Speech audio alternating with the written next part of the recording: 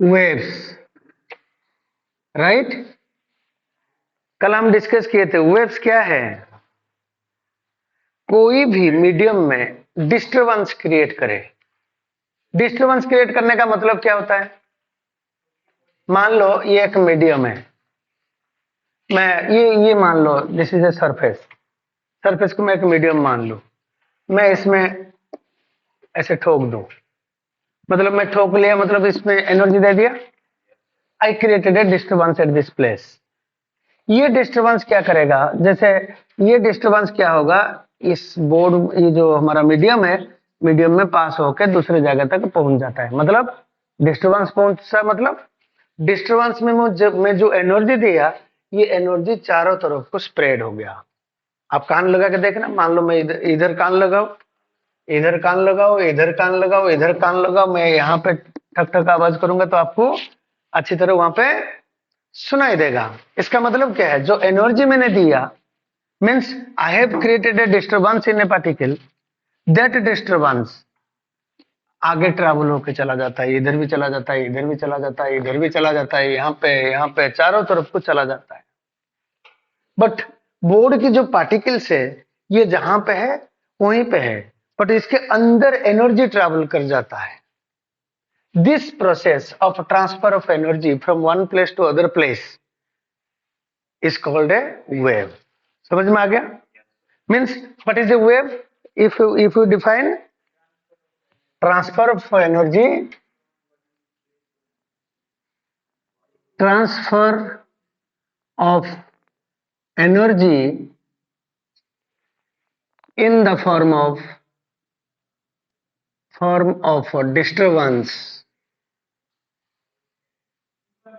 disturbance in a medium from one place to another place, right. अब इसमें जब wave आपका ट्रैवल करके एक पॉइंट से दूसरे पॉइंट तक चला जाता है, इसमें क्या ट्रांसफर हो जाता है बेटा, इधर क्या ट्रांसफर हो जाता है, एनर्जी ट्रांसफर हो जाता है, बट मीडियम की कोई भी पार्टिकल ट्रांसफर नहीं होता। In this case medium particles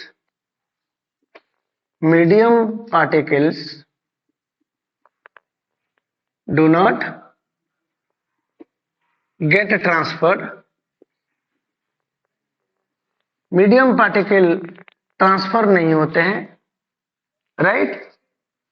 जब एनर्जी ट्रैवल करके एक प्लेस से दूसरे प्लेस तक पहुंचता है, ये जो मीडियम पार्टिकल है जिसको एनर्जी मिलता है वो एसएचएम करता है। समझ में आ गया?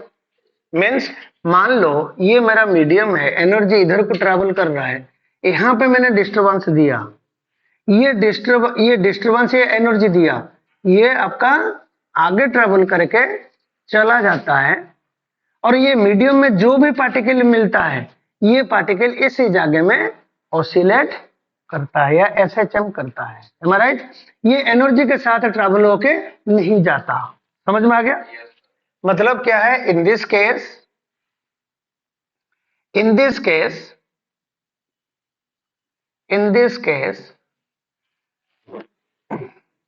particles in the medium executes SHM while energy SHM at their mean position,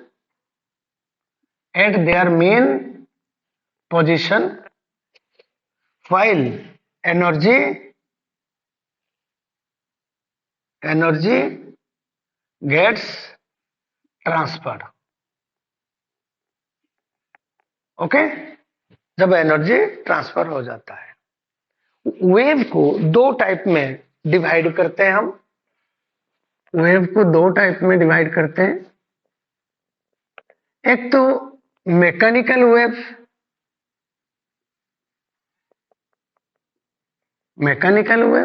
एक होता है non mechanical wave. Non mechanical waves and non mechanical waves. अब मैकेनिकल वेव क्या कहते हैं हम? जिसमें mechanical medium is required. Mechanical medium क्या होता है? जो फिजिकल मीडियम है, समझ में आ रहा है? जिसमें medium, physical medium, I mean to say mechanical medium is required. हाँ, मैटर होना चाहिए, medium is required. Non mechanical wave, no medium is required. अब वेव की डेफिनेशन में तो हमने मीडियम लिया, यहां पे एक हाइपोथेटिकल मीडियम होता है। ओके, ये just example of this is electromagnetic waves. Electromagnetic waves, इसमें से हमारा आता है लाइट। ओके, लाइट आता है, लाइट आपका इलेक्ट्रोमैग्नेटिक वेव है। रेडिएशन होता है, रेडिएशन भी होता है इलेक्ट्रोमैग्नेटिक वेव। एक्सरे, ठीक है, एक्सरे हो गया, अल्ट्रावायलेट हो गया, इंफ्रारेड हो गया, ये सारे नॉन मैकेनिकल वेव्स और इलेक्ट्रोमैग्नेटिक वेव की कैटेगरी में आते हैं। समझ में आ गया? ये हम 12th क्लास में डिस्कस करेंगे। ठीक, अब हम मैकेनिकल वेव को, अभी मैकेनिकल वेव हम यहाँ पे 11th क्लास में हम अभी मैकेनिकल वेव पढ़ेंगे। ये वेव का मीडियम रिक्वायरमेंट के हिसाब से दो ब्रॉड कैटेगरी है। फिर नेचर के हिसाब से वेव को और दो कैटेगरी में डिवाइड करते हैं। नेचर के हिसाब से, अकॉर्डिंग टू नेचर के हिसाब से वेव को हम दो कैटेगरी में फिर डिवाइड करते हैं। एक होता है ट्रांसवर्स वेव, सुने होंगे तुम लोग, ट्रांसवर्स वेव। एक होता है longitudinal wave, longitudinal waves, transverse waves and longitudinal waves. अब हम देखो, हमारा जितना भी मैकेनिकल वेव होते हैं, इन दोनों को दो पार्ट में डिवाइड कर सकते हैं, transverse wave and longitudinal wave. But non mechanical wave जितना है, ये सारे ट्रांसवर्स है, ये सारे ट्रांसवर्स है। जैसे लाइट हो गया, ये इलेक्ट्रोमैग्नेटिक वेव हम इसलिए कहते हैं क्योंकि इसमें इलेक्ट्रिक फील्ड और मैग्नेटिक फील्ड रेस्पॉन्सिबल है। जब तक इलेक्ट्रिक फील्ड मैग्नेटिक फील्ड के बारे में हम नहीं करेंगे, तब तक हमें इलेक्ट्रोमैग्नेटिक वेव को डिटेल समझना डिफिकल्ट है, तो इसलिए ये 12th में डिस्कस होगा। अब हमें डिस्कस करना है अभी मैकेनिकल वेव। मैकेनिकल वेव में ट्रांसवर्स वेव कैसे होता है और लॉन्गिट्यूडिनल वेव कैसे होता है। ठीक है, एक बार क्लिप ले लो, समझ में आया?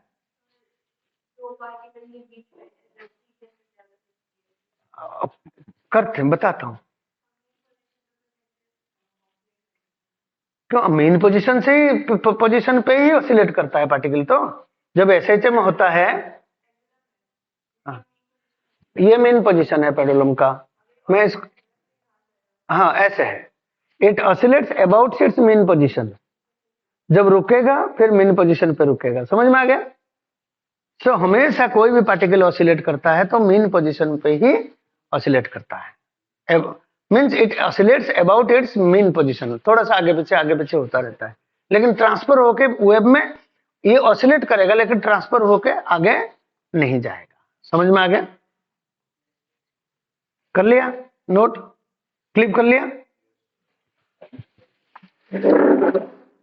अब हम लेते हैं ये वेव को, ट्रांसवर्स वेव क्या है और लॉन्गिट्यूडिनल वेव क्या है।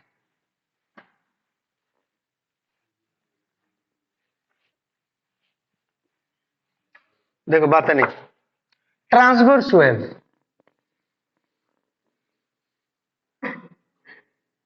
Transverse wave,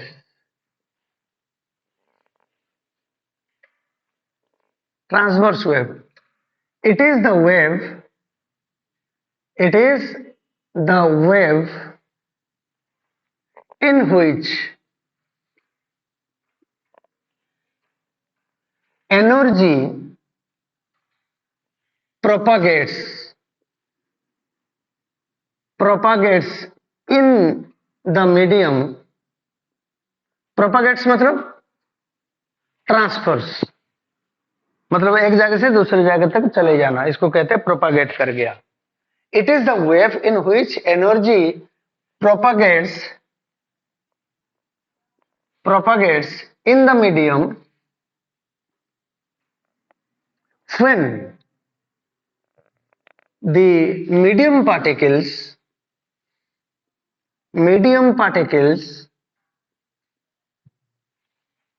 vibrates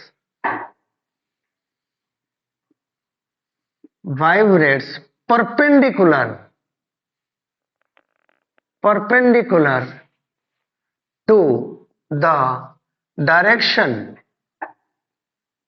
of propagation। मतलब क्या है, मैं एग्जाम्पल दे देता हूं। वाटर सरफेस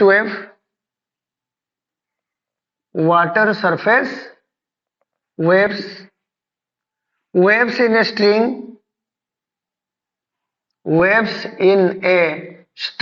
रस्सी में जो वेव्स होते हैं, ये सारे आपका ट्रांसवर्स वेव की कैटेगरी में आते हैं। अब देखो, ट्रांसवर्स वेव जब भी फॉर्मेशन होता है, मान लो ये एक पोजीशन है, ये इस डायरेक्शन में वेव आपका प्रोपागेट कर रहा है, मतलब ट्रांसफर हो रहा है, एनर्जी आपका इस पॉइंट से इधर से आगे जा रहा है, इधर भी जा रहा होगा, इधर भी जा रहा होगा, इधर भी जा रहा होगा, इधर भी जा रहा होगा, कहीं पे भी जा रहा है, बट जिस डायरेक्शन में जा रहा है एक डायरेक्शन मैंने ले लिया, एनर्जी में यहां पे दिया। जैसे मैं इस पार्टिकल को एनर्जी देता रहूंगा, ये पार्टिकल करा वाइब्रेट, इधर देखो, ये पार्टिकल करा वाइब्रेट, एम आई राइट, ये ऊपर नीचे वाइब्रेट होगा। जैसे ये वाइब्रेट होगा, ये अपने लिए साइड वाला पार्टिकल है, इसको पुल करेगा। जैसे मान लो ये ऊपर जा रहा है, मान लो मैं तुम जितने बच्चे हो सबको एक लाइन में खड़े कर दूं, है ये एक बच्चा है, ठीक है, ये एक बच्चा है, एक दूसरे को ऐसे पकड़ के रखे हुए हैं, राइट, एक दूसरे को ऐसे पकड़ के रखे हुए हैं। मैं क्या करूंगा, इस बच्चे को ऐसे डिस्टर्बेंस कर दिया, ये इधर से इस जगह में ऐसे ही दौड़ना शुरू कर दिया। जब ये दौड़ के जाएगा, इसको खींचेगा नहीं खींचेगा, एम आई राइट।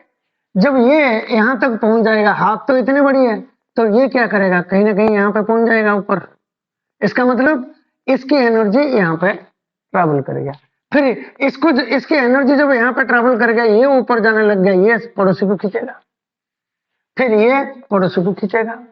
अब इसकी ये ऐसे फिर क्या करेगा, इसको एनर्जी जैसे एनर्जी इधर ट्रैवल करेगा, इसको तो और भी एनर्जी मिल रहा है, ये अपना ऑसिलेशन मेंटेन रखा, एनर्जी इसके पास चला गया, फिर ये ऑसिलेशन करा, तब जब ये ऑसिलेट करेगा, इसको खींचेगा, ये ऑसिलेट करेगा तो इसको खींचेगा, ये ऑसिलेट करेगा तो इसको खींचेगा, ये ऑसिलेट करेगा तो इसको खींचेगा, ऐसे करते करते करते करते एनर्जी आगे तक चली जाएगी।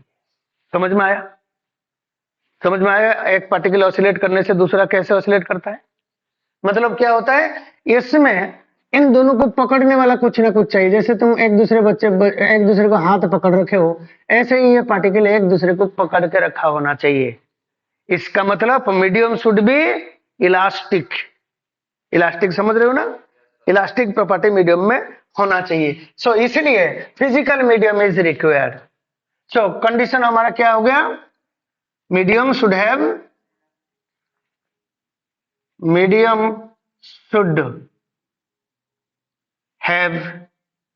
इलास्टिसिटी। इलास्टिसिटी मतलब इलास्टिक मीडियम, इलास्टिक मीडियम होना चाहिए। इलास्टिक मतलब उसमें यंग मॉड्यूलस भी होना चाहिए, मॉड्यूलस ऑफ रिजिडिटी भी हो सकता है, बल्क मॉड्यूलस भी हो सकता है, कोई ना कोई एक इलास्टिसिटी होना चाहिए। ओके, बट ट्रांसवर्स वेव के लिए देख रहे हो एक पार्टिकल इधर जा रहा है तो इसको खींच रहा है, इसका मतलब यंग मॉडुलस यहाँ पे होना चाहिए। और ये दोनों लेयर, ये एक लेयर मीडियम का, ये एक लेयर, ये साइड शिफ्ट हो रहे हैं, मतलब शियर मॉडुलस होना चाहिए। ट्रांसवर्स वेव के लिए young modulus and shear modulus होना चाहिए। समझ में आ रहा है? तो इसलिए हम जो वाटर सरफेस की बात करें, लिक्विड हम कर रखे हैं, सरफेस टेंशन होता है, सरफेस टेंशन की वजह से लिक्विड की सरफेस के मॉलिक्यूल एक दूसरे को पकड़ के रखे हैं। ये मीडियम मान लो ऊपर जाता है, ये पोर्शन ऊपर गया तो इसको खींचा, फिर एनर्जी इधर चली गई तो ये ऊपर गया तो उसका पड़ोसी को खींचेगा, फिर ये नीचे जाएगा तो उसके पड़ोसी को खींचेगा, एंड ऐसे करते करते करते करते एनर्जी एक जगह से दूसरे जगह तक प्रोपागेट हो जाएगा। अब वाटर सरफेस, जैसे हम रस्सी ले लें, रस्सी को ऐसे ऐसे वाइब्रेट करें, देख रहे हो? तो उसमें एक चीज नोटिस करना, जो वाटर सरफेस वेव होता है ये ऐसे ही फॉर्मेशन होता है, एम आई राइट? क्यों? मीडियम, ये जो ऊपर वाटर का सरफेस है, कुछ पोर्शन ऊपर जाना चाहेगा, उसके बाद ये फिर ये पोर्शन नीचे, उसके बाद ये पोर्शन नीचे जाएगा, फिर ऊपर जाएगा, ऐसे आपका जो डेवलप होता है, हम इसी को जनरली कह देते हैं, देखो वेव जैसे हो रहा है, कहते हैं ना, जैसे हम एसएचएम में इक्वेशन ग्राफ ड्रॉ कर रहे थे, कह नहीं रहे थे तुम लोग सर ये वेव जैसे दिख रहा है, ये ऐसा ही होता है मीडियम। कुछ मीडियम का पोर्शन ऊपर चला जाता है, कुछ मीडियम का पोर्शन नीचे चला जाता है, कुछ मीडियम का पोर्शन ऊपर चला जाता है। बट ध्यान रखना, ये मैं कोई भी पार्टिकल ले लूं, ये इसी जगह में ही वाइब्रेट करेगा, ऊपर नीचे इसके साथ नहीं जाएगा, वेव के साथ चला नहीं जाएगा, वो अपनी जगह में ऑसिलेट करता रहेगा। समझ में आ गया? अब देखना, मान लो पानी है, पानी में एक कोई बोतल फ्लोट कर रहा है, पानी में एक ऐसे आपने बोतल फेंक दिया, ये बोतल आपका पानी में ऐसे फ्लोट कर रहा है। मैं क्या करूंगा, पानी सरफेस में यहां पे एक पत्थर डाल दूं, पत्थर डाल दूंगा तो वेव क्रिएट होगा, वेव क्रिएट होगा। आपको आप देखना, ये बोतल ऊपर नीचे होगा, यहीं पे आगे पीछे नहीं होगा। इसका मतलब क्या है? मीडियम के पार्टिकल चला नहीं जाता, ये जो वो पार्टिकल जहां पे है उसी जगह में रहता है, बट उसी जगह में ही ये ऑसिलेट करता है। हम जब छोटे थे, हमारे साइड में तो पानी बहुत होता है, तालाब होता है, अब चप्पल पहन के तालाब में उतर गए, कई बार क्या होता है चप्पल पैर से फिसल जाता है, फिसल गया तो पानी में चला गया। मैं जब छोटा था मैं सोचता था, मान लो चप्पल मेरा वहां चला गया, मैं सोचता था कि मैं ऐसे पत्थर मार दूंगा आगे दूर की तरफ, उधर से वेव आएगा तो मेरा चप्पल मेरे पास आ जाएगा। लेकिन मैं परेशान होता था, मैं इतना पत्थर मार लिया उधर की तरफ, ये चप्पल आ ही नहीं रहा मेरे पास, उसी जगह में ऐसे ऐसे हिल रहा है। तो फिर मेरे को क्या करना पड़ता है, जो हमारा तालाब है दूसरे किनारे जाके चप्पल को एम करके पत्थर मारना पड़ता था, चप्पल पे लग जाएगा तो चप्पल किनारे तक आ जाएगा। समझ में आ गया? इसका मतलब क्या है? Medium particle vibrates while energy transfer is taking place, but the medium particle doesn't get transferred with the wave. Wave के साथ साथ जो वेव में एनर्जी ट्रेवल करता है, उसके साथ साथ मीडियम पार्टिकल आगे नहीं चला जाता। समझ में आ गया? ये जब ट्रांसवर्स वेव डेवलप होता है, ये वाला पोर्शन मीडियम का ऊपर जाता है, इसका नाम क्या देते हैं? क्रेस्ट। जो मीडियम का पोर्शन नीचे दब जाता है, इसको कहते हैं trough. Means in a transverse wave crest and troughs are alternatively formed. एक के बाद एक, एक के बाद एक, crest and troughs are alternatively formed. What is crest? The portion of the medium above the mean position. समझ में आ रहा है? क्रेस्ट क्या है? The portion of the medium above the mean position. crest, the portion of the medium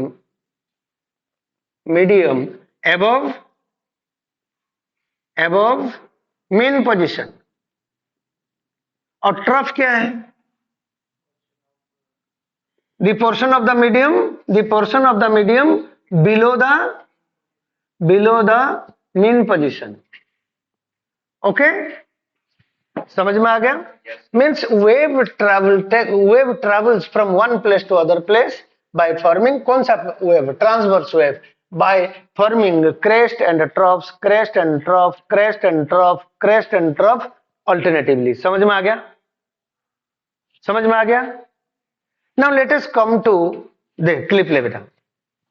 Deepika बेटा ठीक है? हैं? लो,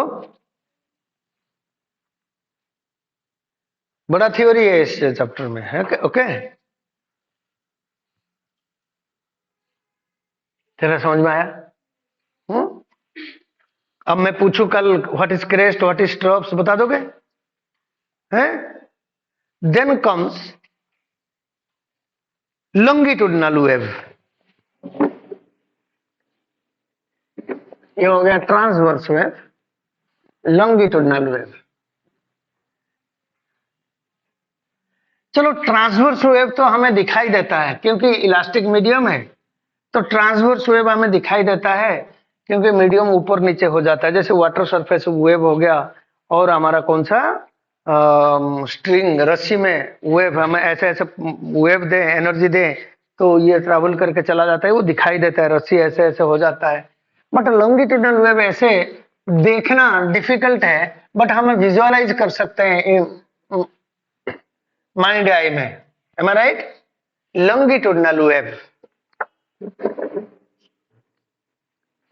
longitudinal wave, longitudinal wave, it is a wave in which particles of the medium, particles of the medium vibrates. It is the wave in which the particles of the medium vibrates along the line of propagation of the wave। मतलब क्या है? Medium particle कैसे vibrate करेगा? जिस direction में energy travel कर रहा है उसी लाइन में ही वाइब्रेट करेगा। मतलब मान लो ये हमारा मीडियम, इस डायरेक्शन में वेव जा रहा है, वेव किसी भी डायरेक्शन में, हर डायरेक्शन में जा रहा होगा, मैं एक ही डायरेक्शन लिया, एनर्जी ट्रैवल कर रहा है, ये प्रोपागेट कर रहा है इस डायरेक्शन में, प्रोपागेशन इस डायरेक्शन में हो रहा है। ये जो मीडियम पार्टिकल है इसको एनर्जी दी है, ये ऐसे वाइब्रेट ना करके ऐसे वाइब्रेट करेगा। समझ में आ गया? समझ में आ गया? yes. मतलब क्या है? जैसे आप मान लो ये ऐसे कुछ पार्टिकल्स ऐसे लगे हुए हैं, ठीक, ऐसे पार्टिकल है, मैंने क्या किया, इस पार्टिकल को ठोक दिया, तो ये जैसे ठोक दिया वाइब्रेशन होगा तो ये जाके इसको टकराएगा, इसको टकराएगा तो वो एनर्जी लेके उस डायरेक्शन में वाइब्रेट होगा। ये जब वाइब्रेट करेगा इसको जाके टकराएगा, वो आगे इस डायरेक्शन में वाइब्रेट होगा, ऐसे चम करेगा। जब ये करेगा वो आगे वाला को टकराएगा, ऐसे करते करते करते करते एनर्जी ट्रैवल कर जाएगा। Means medium particles vibrate in the direction या along the propagation of the wave. समझ में आ रहा है? आप यहाँ पे एक चीज नोटिस करना, ये वेव जा रहा है, पार्टिकल्स इसमें ऐसे ऐसे ऐसे ऐसे वाइब्रेट कर रहे हैं। अब दो पार्टिकल आप एक बार ले लेना, दो पार्टिकल आप ऐसे ले लेना, कोई भी दो पार्टिकल, इसके अंदर तो बहुत सारे और भी पार्टिकल होंगे, मैं ये दो पार्टिकल को ले लूं, जब ये पार्टिकल इधर इधर की तरफ आ रहा है, ये पार्टिकल इधर की तरफ आ रहा है, तो क्या होगा, इसके अंदर जितने भी पार्टिकल थे सारे स्क्वीज हो गए, है राइट? और वही पार्टिकल जब इधर के जा रहा हो और ये पार्टिकल उस टाइम इधर जाए, इसके बीच बीच में जितने भी पार्टिकल थे वो क्या करेंगे बच्चे? एक्सपांड हो गए, इसके अंदर कंप्रेस हो गया, ये रिलैक्स हो गए। समझ में आ गया? ये दो इसके अंदर मान लो 100 पार्टिकल थे। अब यहां से यहां तक जब ये पार्टिकल इधर आ रहा है, उसी टाइम सपोज ये पार्टिकल इधर आ जाए, ये 100 के 100 बच्चे एक जगह में स्क्वीज हो गए, ये प्रेस्ड हो गए, इस जगह में प्रेशर बढ़ जाएगा। और ये पार्टिकल इधर जाए, ये पार्टिकल इधर जाए, तो क्या होगा? एक्सपांड हो गया, ये पार्टिकल्स के बीच में गैप बढ़ गया, तो प्रेशर डाउन हो जाएगा। इसको कहते हैं compression.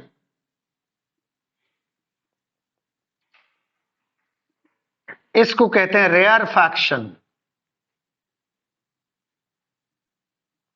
Compression means pressure increases,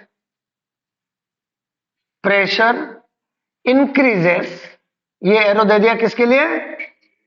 increases. इसमें प्रेशर प्रेशर डिक्रीजेस। समझ में आ गया बच्चे?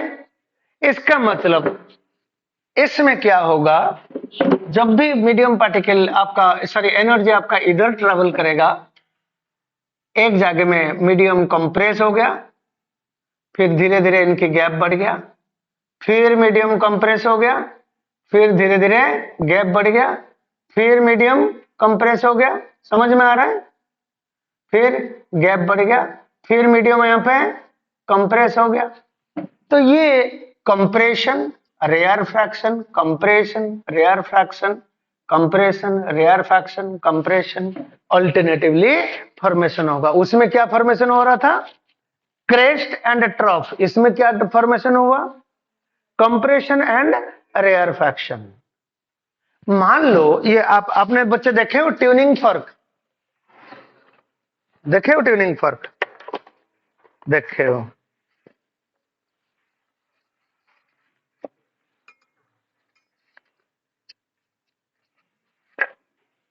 ये होता है ट्यूनिंग फर्क। सी, ये ट्यूनिंग फर्क है।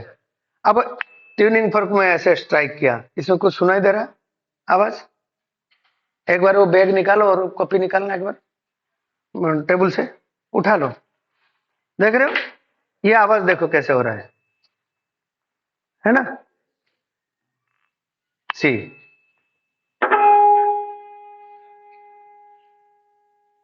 कान पे लगाओ। हाँ, कान पे लगाओ, किसी ने देख लो।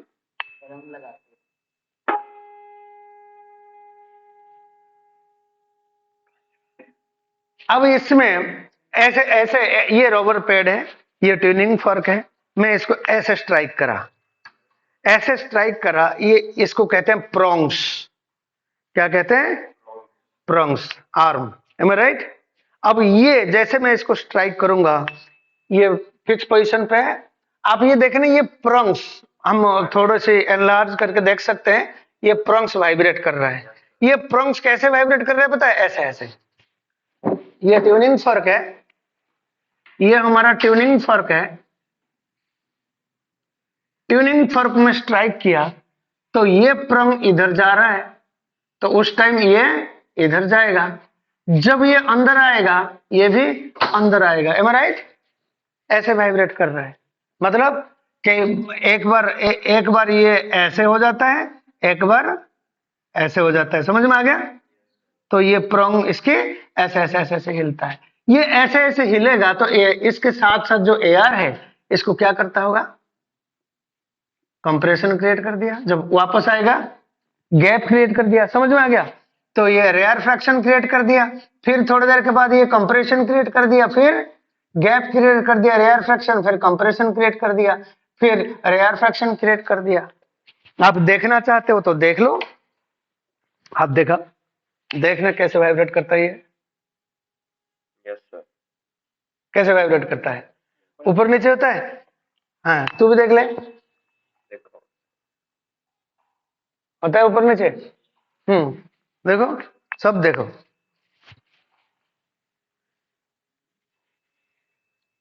कैसे वाइब्रेट कर रहा है? ऊपर नीचे हो रहा है। कैसे वाइब्रेट कर रहा है? कर रहा है। हाँ, तेरे कान में कहाँ चला गया वो जो लटका रखी थी, कौन सा साइकिल का टायर है, वो कहाँ गया? हो रहा है ना, हिल रहा है ना? देख रहे हो रहा है ना? ऐसे करोगे तो इतना नहीं करेगा, ऐसे करोगे तो करता है। हो रहा है ना? कैसे ये वाइब्रेट कर रहा है, ठीक है। मैं इसको वेट को रख देता हूँ, उठा के फेंक देता है ये, इतना तेज वाइब्रेट हो रहा है। हाँ रखो रखो रखो, ऐसे रखो, ऐसे रखो, नीचे रखो, नीचे रख। ऐसे ऐसे रख, इधर रख। 1 2 3।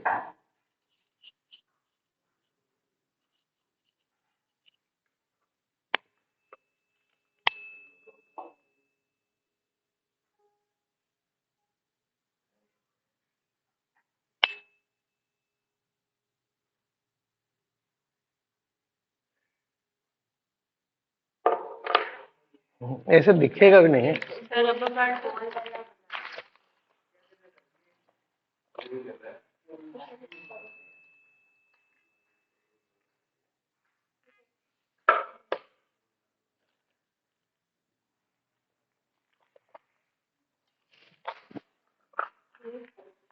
ठीक है,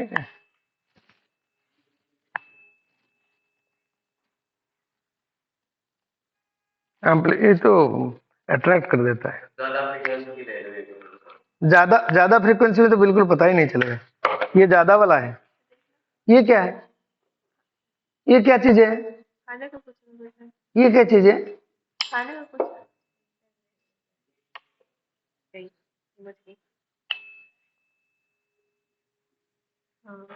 देखा, कूद गया। ये मत सोचना कि मैं मार रहा हूं उसमें,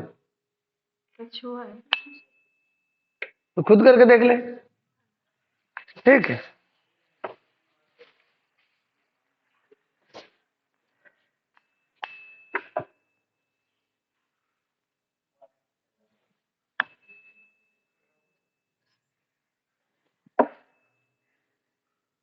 है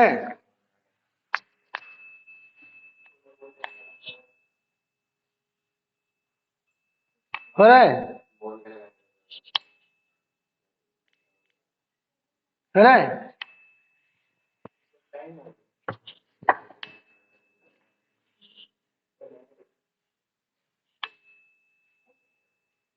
वाइब्रेशन हो रहा है? अब ये ट्यूनिंग फर्क आपका क्या, कौन सा वेव दे रहा है? ये लॉन्गिट्यूडनल वेव दे रहा है। और लॉन्गिट्यूडनल वेव के लिए क्या चाहिए हमारा? प्रेशर वेरिएशन, मतलब मीडियम कंप्रेस होना चाहिए, रेयर फ्रैक्शन होना चाहिए। प्रेशर के लिए क्या चाहिए? Bulk modulus. M I right? इसमें चाहे यंग मॉड्यूलस हो ना हो, जरूरत नहीं है। अब ध्यान रखना, हर सॉलिड में यंग मॉड्यूलस होता है, मॉड्यूलस ऑफ रिजिडिटी होता है, बल्क मॉड्यूलस होता है।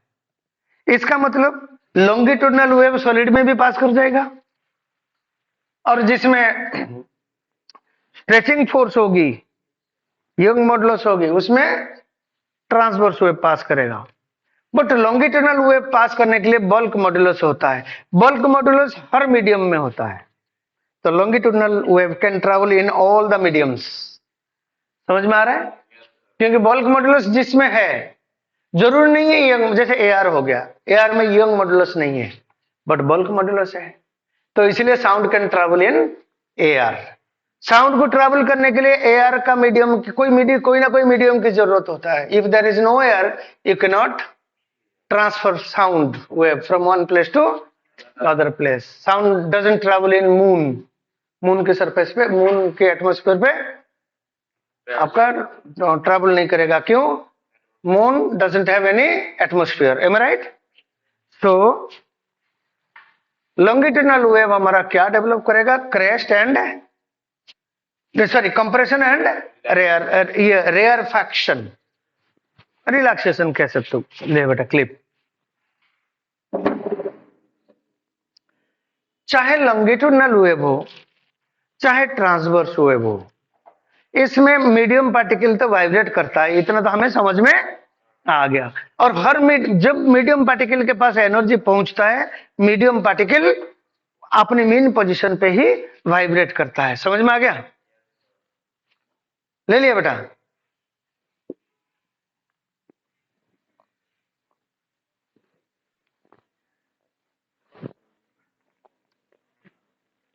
अब ये देखना, मेरे पास ये एक ट्यूनिंग फर्क है,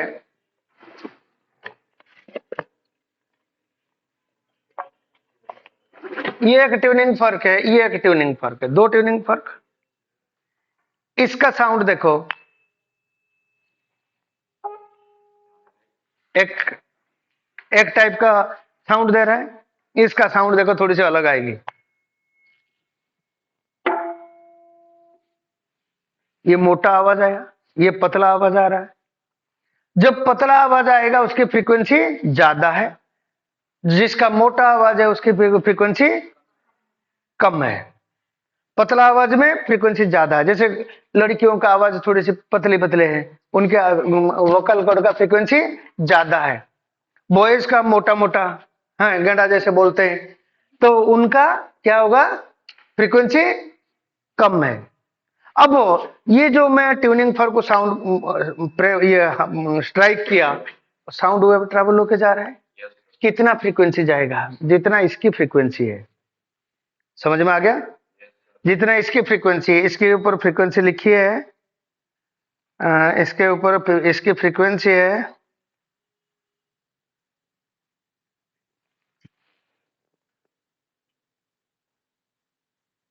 426 हर्ट्ज, इसकी फ्रीक्वेंसी है 341 हर्ट्ज। इसकी फ्रीक्वेंसी कम, इसकी फ्रीक्वेंसी ज्यादा। तो फ्रीक्वेंसी किसके ऊपर डिपेंड करता है? जो सोर्स है, ये source to develop the sound, ये साउंड डेवलप करता है। हमारा जो वोकल कॉर्ड है, वोकल कॉर्ड में एक इसकी फ्रीक्वेंसी होती है, ये साउंड क्रिएट करता है। ठीक है, मेरा वोकल कॉर्ड का फ्रीक्वेंसी, इसका भी वोकल कॉर्ड का फ्रीक्वेंसी, उसके वोकल कॉर्ड का फ्रीक्वेंसी सबकी अलग अलग है। सो इसलिए हमें अलग अलग साउंड, हर किसी का आवाज डिस्टिंग्विश हम कर पाते हैं। ठीक है, सो फ्रीक्वेंसी किसके ऊपर डिपेंड करता है? The source developing the wave. Okay, ठीक है, तो frequency depends on the source. ऐसे नहीं है कि मीडियम पार्टिकल अपना नेचुरल फ्रीक्वेंसी में वाइब्रेट करेगा, नो। ये किसके हिसाब से वाइब्रेट करेगा? जो सोर्स आपका वेव डेवलप कर रहा है उसी की फ्रीक्वेंसी में वाइब्रेट करेगा।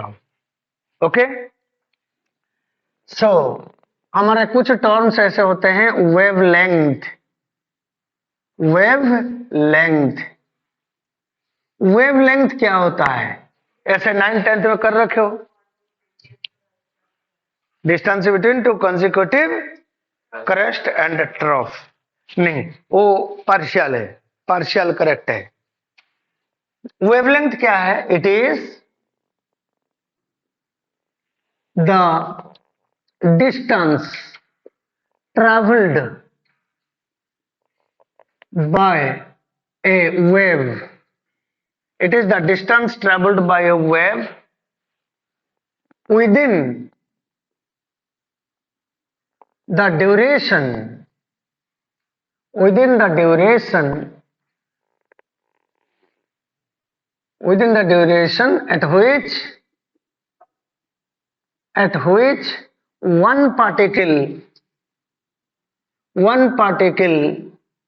completes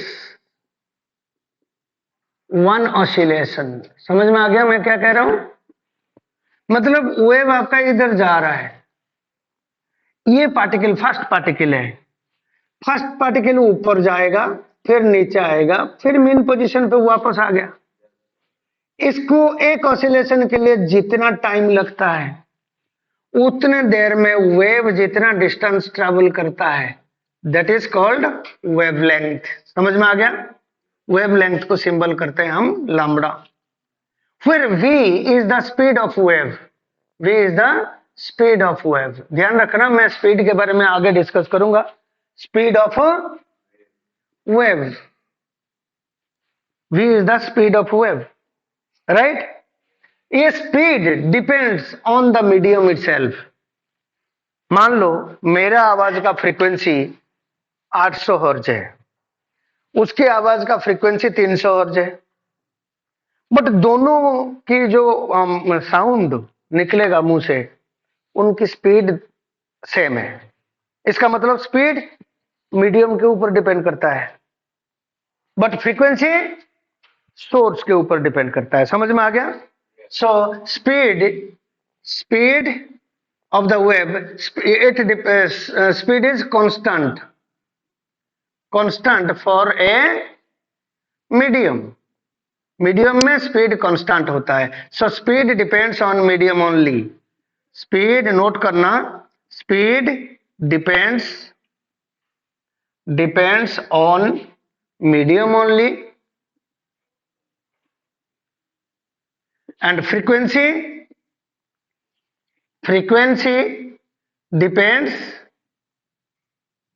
डिपेंड्स ऑन, किसके ऊपर डिपेंड करता है? Frequency, source.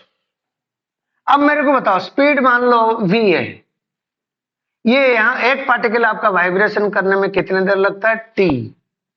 Distance travelled by the wave, it is the distance travelled by the wave within the duration one particle completes one oscillation. Then can I write distance traveled is equal to speed into time taken? Am I right? समझ में आ गया? Definition हमारा match कर गया। Speed into time taken for the particle for one complete oscillation, this is the wavelength, and that is equal to v by F. f क्या है? where f is equal to 1 by t, frequency of oscillation. मतलब ये particle कितने frequency में oscillate कर रहा है, ये कौन डिसाइड करेगा? जो एनर्जी क्रिएट कर रहा है भेजने के लिए, जो डिस्टर्बेंस क्रिएट कर रहा है, दी सोर्स इटसेल्फ। ओके, ये तो हमें पता है, frequency is equal to 1 by t। Then v आपका कितना हो गया बच्चे? Lambda into F. v is equal to lambda into F. Frequency का यूनिट क्या है? हर्ज। फ्रीक्वेंसी का यूनिट हर्ज, सेकंड इनवर्स, राइट? इसमें जो लिखा हुआ था 346 हर्ज फ्रीक्वेंसी लिखा हुआ था, एम आई राइट? अच्छा, दूसरी चीज आप नोट करना, कुछ बर्निंग सेंसेशन आ रहा है क्या? स्मेल?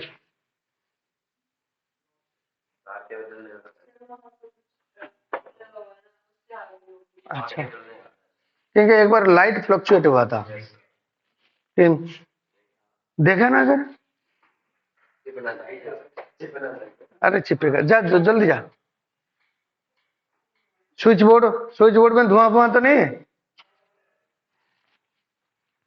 नहीं है? अच्छा, अब मैं ट्रांसवर्स वेव की बात करूं, ट्रांसवर्स वेव को मैं ऐसे रिप्रेजेंट कर दूं, देखो ध्यान से, इधर में एनर्जी दिया, ये पार्टिकल आपका ऑसिलेट करके यहां तक जब तक पहुंचेगा, वेव आपका यहां तक पहुंचेगा, एम आई राइट? फिर ये वाला पार्टिकल को एनर्जी मिला, ये ऑसिलेट करेगा, सो this is called A wavelength, right? कितना टाइम में पहुंचा? ये t सेकंड में पहुंचा। टाइम के हिसाब से देखें, वेव आपका एनर्जी आपका ट्रेवल करते करते यहां तक पहुंचा कितने देर में? t second. तो so that's why these 2 points, the distance between these 2 points is wavelength। तो मैं ये कह सकता हूं वेवलेंथ का दूसरा डेफिनेशन, ये भी तो जो तुम बताए, दो क्रेस्ट के बीच में, करेक्ट है? देखो, एम आई राइट? दो ट्रफ के बीच में भी वेवलेंथ हो सकता है, बट बेसिक डेफिनेशन आपका ये है, it is the distance traveled by the wave within the duration one particle of the medium vibrate, distance traveled by the wave in which one particle of the medium completes one oscillation। दूसरी बात, ये medium का ये वाला particle ले लो और ये वाला पार्टिकल ले लो, क्या ये वेवलेंथ होगा? yes। होना चाहिए, नहीं चाहिए? और ये जितना फेज में वाइब्रेशन कर रहा है, ये उतना ही फेज में वाइब्रेट कर रहा होगा, देखो इसकी डिस्प्लेसमेंट और इसकी डिस्प्लेसमेंट सेम है। सो वेवलेंथ का अदर डेफिनेशन, वेवलेंथ का अदर डेफिनेशन क्या होगा? Distance between to consecutive particles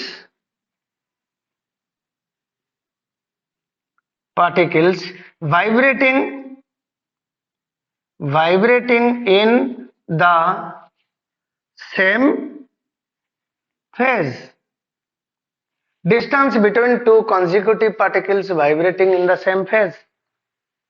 अब क्रेस्ट इसका जीरो फेज, इसका जीरो फेज, तो वेवलेंथ हो गया। क्रेस्ट इसकी फेज π/2, इसके भी फेज π/2, एम आई राइट? तो ये वेवलेंथ हो गया। अब ये मान लो 30 डिग्री, ये आपका 30 डिग्री, 30 डिग्री के बीच में फिर ये ऑसिलेशन की जो फेज सेम हो गया, तो ये दोनों वेवलेंथ हो गए। So distance between two consecutive crest और टू कॉन्जिक्यूटिव ट्रॉप। क्रेस्ट और ट्रॉप की बात करें तो हम सिर्फ ट्रांसवर्स वेव को बात कर रहे हैं। ये लॉन्गिट्यूडनल वेव में भी हो सकता है, बशर्त इसमें पार्टिकल आपका कैसे वाइब्रेट कर रहा होगा, ऐसे जा रहा होगा, है ना, ऐसे वापस आया, फिर अपनी मीन पोजीशन पे आएगा। टाइम कितना लगा? With in the mean time energy travels a particular distance, that wavelength is equal to v into t. मैं ये कह सकता हूं distance between two consecutive compressions या distance between two consecutive rarefactions, बात एक ही है। सो ये कंप्रेशन भी हो जाए, ये रेयर फ्रैक्शन,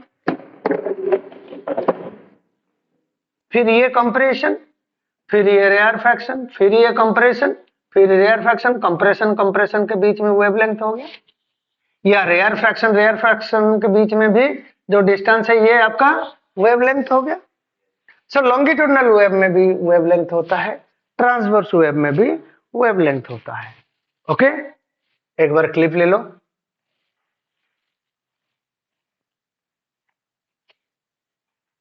ठीक, इजी है? स्नेहा देख इधर, इजी। दिव्य ठीक है क्या?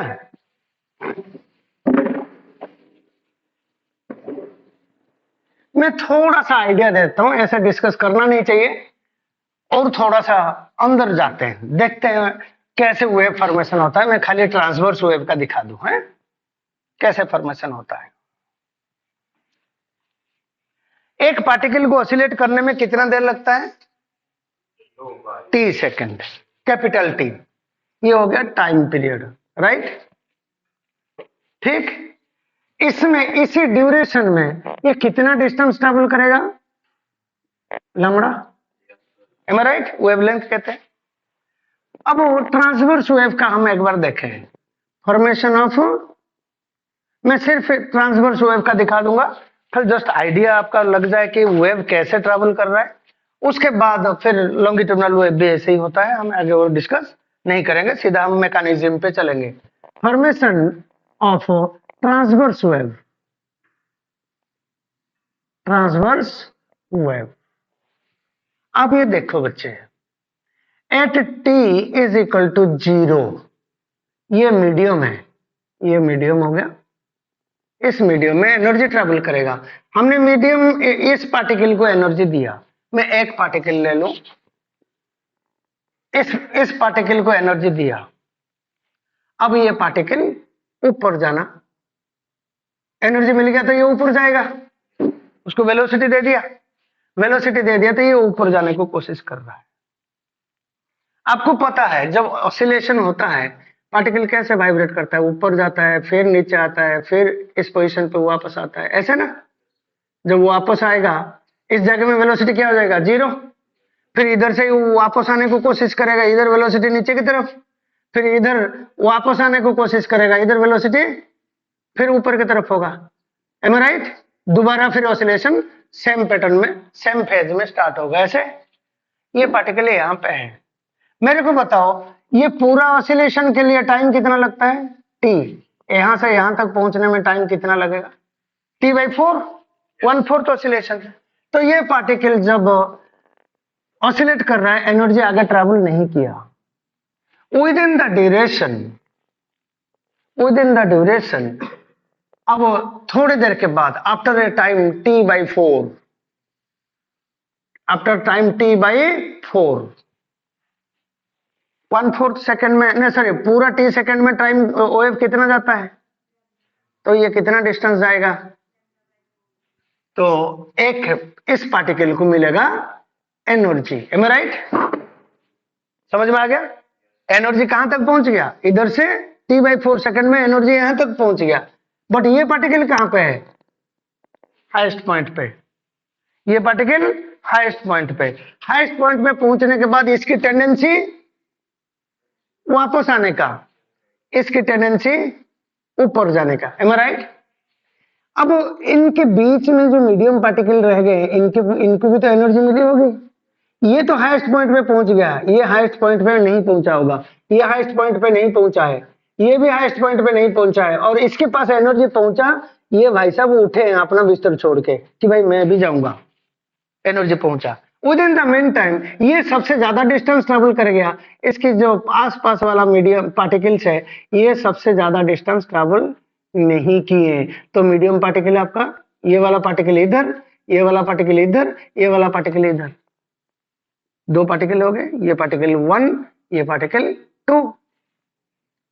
अब आफ्टर, सॉरी मैं इधर नहीं करना था, इसको इधर ले लेता हूं। ये पार्टिकल 1, ये पार्टिकल 2, T/4 सेकेंड में ये सबसे ज्यादा डिस्टेंस पे पहुंच गया। इसका नीचे आने का टेंडेंसी है, ये ऊपर जाने का टेंडेंसी है। बीच वाला पार्टिकल आपका इस पैटर्न में ओरिएंटेशन में है। राइट? ये सब कैसे जाने की कोशिश कर रहे हैं? ऊपर जाने की कोशिश कर रहे हैं, क्योंकि ये हाईएस्ट पॉइंट पे पहुंचे नहीं। ये रिटर्न के लिए तैयार हो गया, बट ये सब ऊपर जा रहे हैं। ये वेव इधर पहुंच गया, ये जाने को तैयारी कर रहा है, अपनी जगह छोड़ा नहीं। M I right? फिर T/4 सेकेंड के बाद, फिर T/4 सेकेंड के बाद मैं थर्ड पार्टिकल के देखूं, फिर T/4 मतलब 2T/4, सेम मीडियम। अब ये पार्टिकल 1, ये पार्टिकल 2, ये पार्टिकल 3 और ये पार्टिकल हो जाएगा 4। अब देखो ये पार्टिकल ऊपर से नीचे आने की कोशिश कर रहा था, अब कहां पहुंच जाएगा? मेन पोजीशन पे। मेन पोजीशन पे पहुंच गया तो ये इसकी टेंडेंसी नीचे जाने की है।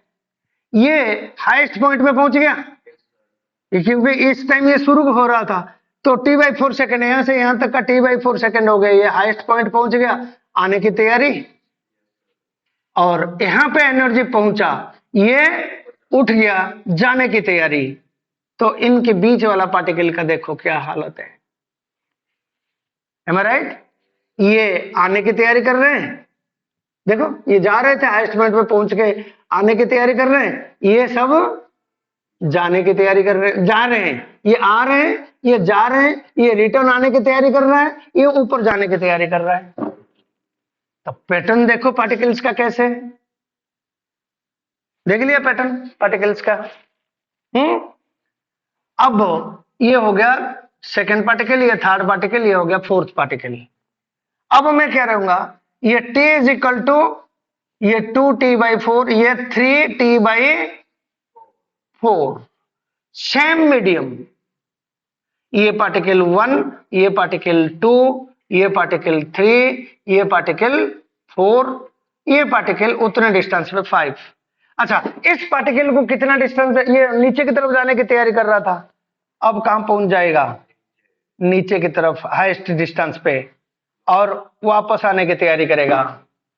ये पार्टिकल आके पहुंच गया अपने main position. M I right? नीचे की तरफ आ रहा था, ये नीचे की जाने की तैयारी।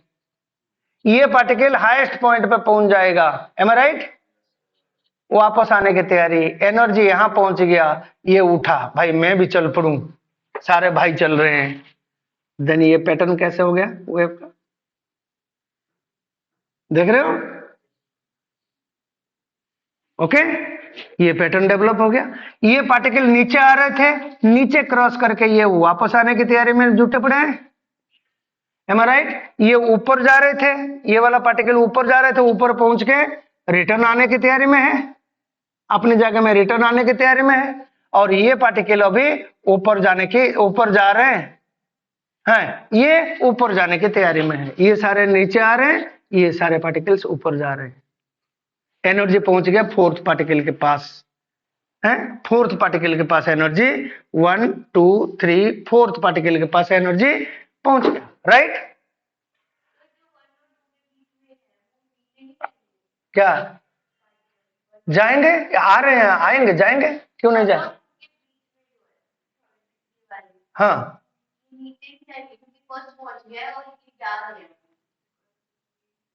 हाँ, ये इधर से आ रहे थे, ये नीचे जाएंगे, राइट?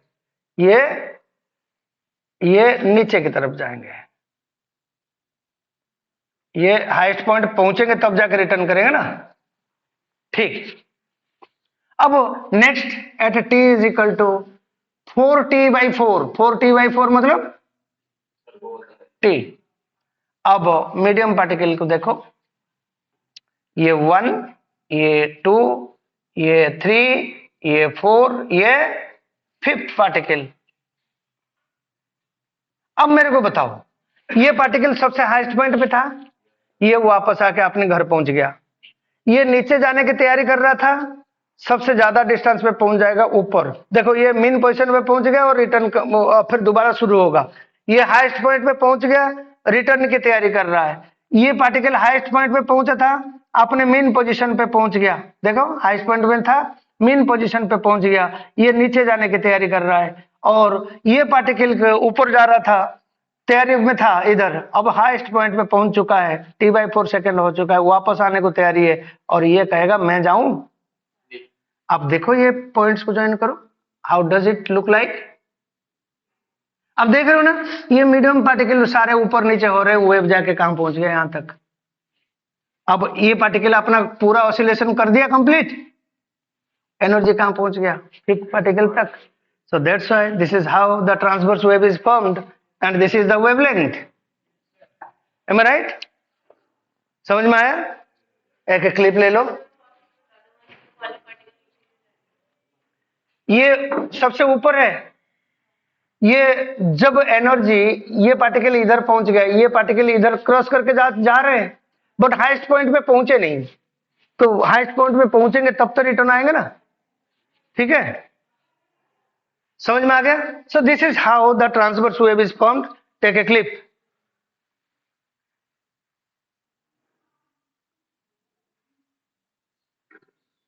ठीक है, अच्छा। सिमिलरली लॉन्गिट्यूडनल वेव फॉर्मेशन होता है, right? So no need to express. जैसे आपको पता चल गया कि भाई एनर्जी ट्रेवल कर रहा है, तो मीडियम पार्टिकल वाइब्रेट कर रहे हैं, और ये एरो आपको इंडिकेट करता है द फेज ऑफ वाइब्रेशन। ये पिक्चर क्लियर आया? Now let us come to take the speed of a wave. Speed किसके ऊपर डिपेंड करता है वेव का? पता नहीं।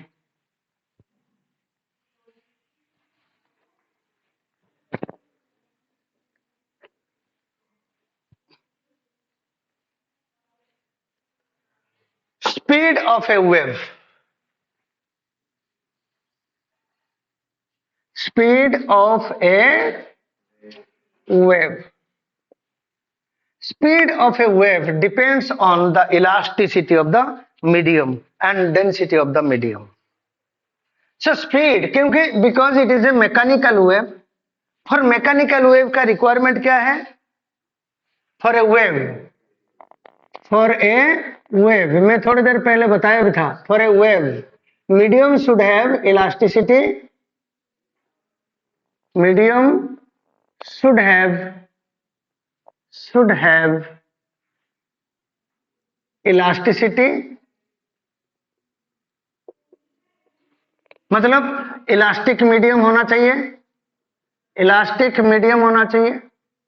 हर mechanical medium is elastic, and medium should have inertia, medium should have have inertia. Inertia मतलब mass, I mean to say density.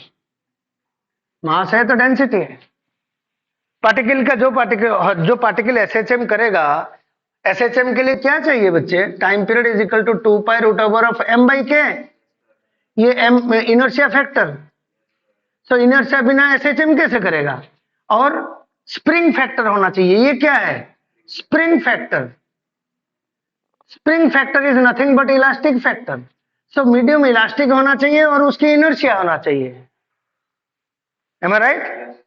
So speed of a wave, any wave, is equal to elasticity divided by density. ये elasticity, जो भी elasticity होगा, M I right? Transverse wave है तो young modulus और वो सारे आ जाएंगे, और ये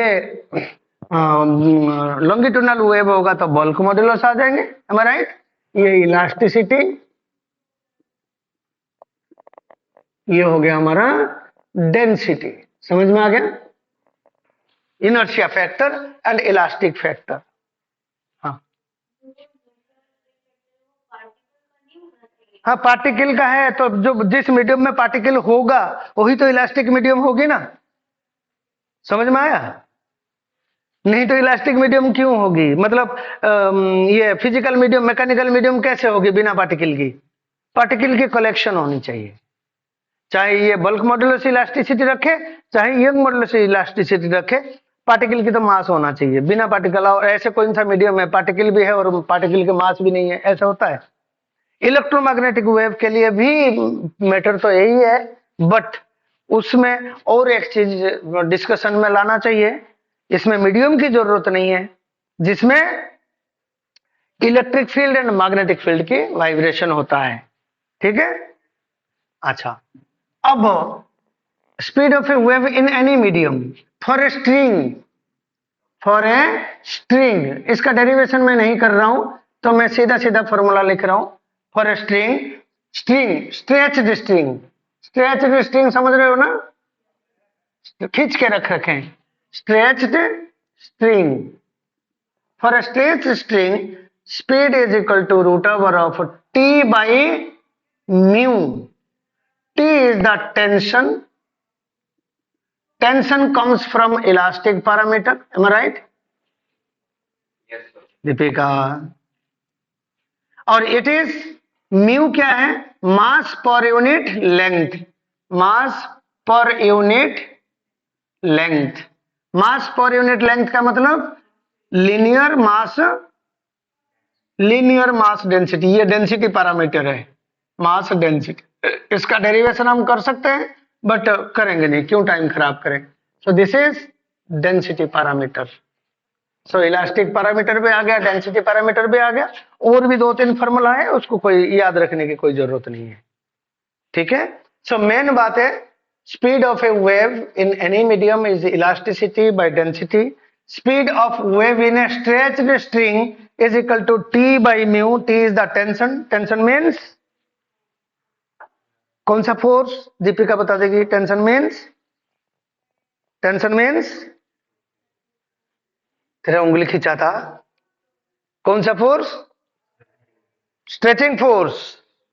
टेंशन मीन्स तेरे उंगली खींचा था ना मैंने? हाँ, tension means stretching force. Okay? Tension चाहिए, टेंशन 0 हो गया तो स्पीड साउंड सॉरी वेव जाएगी नहीं। और उसमें मास डेंसिटी फैक्टर को हम कैसे लेते हैं? मास पर यूनिट लेंथ। इसकी डायमेंशन देख लो, स्पीड क्या आएगा। इसकी भी डायमेंशन देख लो, स्पीड क्या आएगा। डायमेंशनली क्रॉस चेक कर लेना। ठीक है?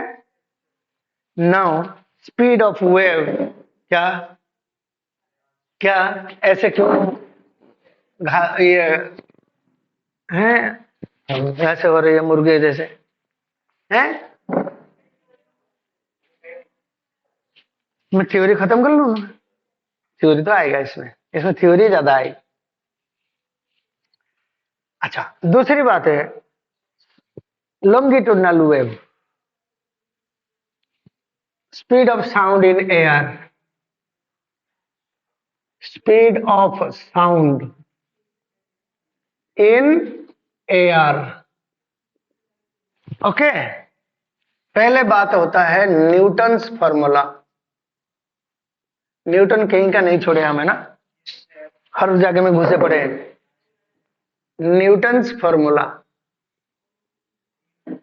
अच्छा, न्यूटन्स ने क्या किया है, तो इसी को यूज किया। उन्होंने अपना फॉर्मूला दिया, speed of sound in air v is equal to root over of pressure by density. It is pressure, okay, pressure of the medium divided by density of the medium. अब इसके derivation तुम कर चुके हो। Pressure in air में नहीं नहीं नहीं नहीं नहीं, वो अलग बात है, वो तो गैस प्रेशर हो गया, वो तो 100। ठीक है, आप एक चीज देखो, जो मैं गैस ट्यूब में जो एक कंचा रख के ऑसिलेट कराया था ना, उसमें इलास्टिसिटी डिराइव किया। एक बार देखो, जस्ट दो चार पेज पीछे चले जाओ।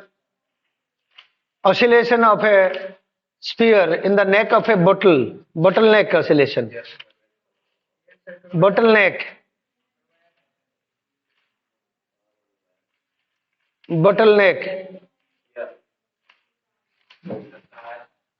कराया था।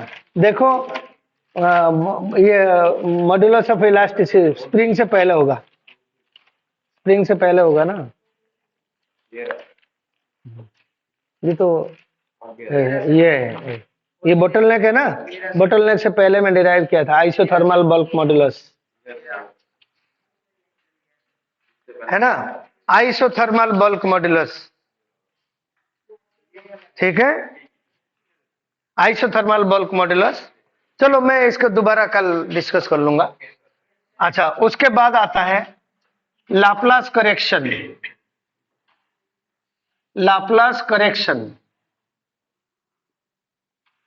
Okay, on Newton's formula.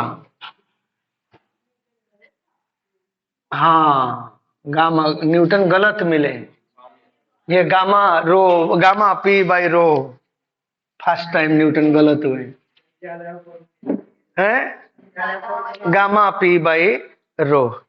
चलो, आज थ्योरी पढ़ पढ़े थक गए हो, आज इतना ही करते हैं, फिर कल इसी को दोबारा हम डिराइव करेंगे। ऐसे कर चुके हैं हम, ये दोनों बल्क मॉड्यूलस हम निकाल चुके हैं। एक बार देख के आ जाओ तो अच्छी बात है, अदरवाइज मैं इसको दोबारा करवा दूं।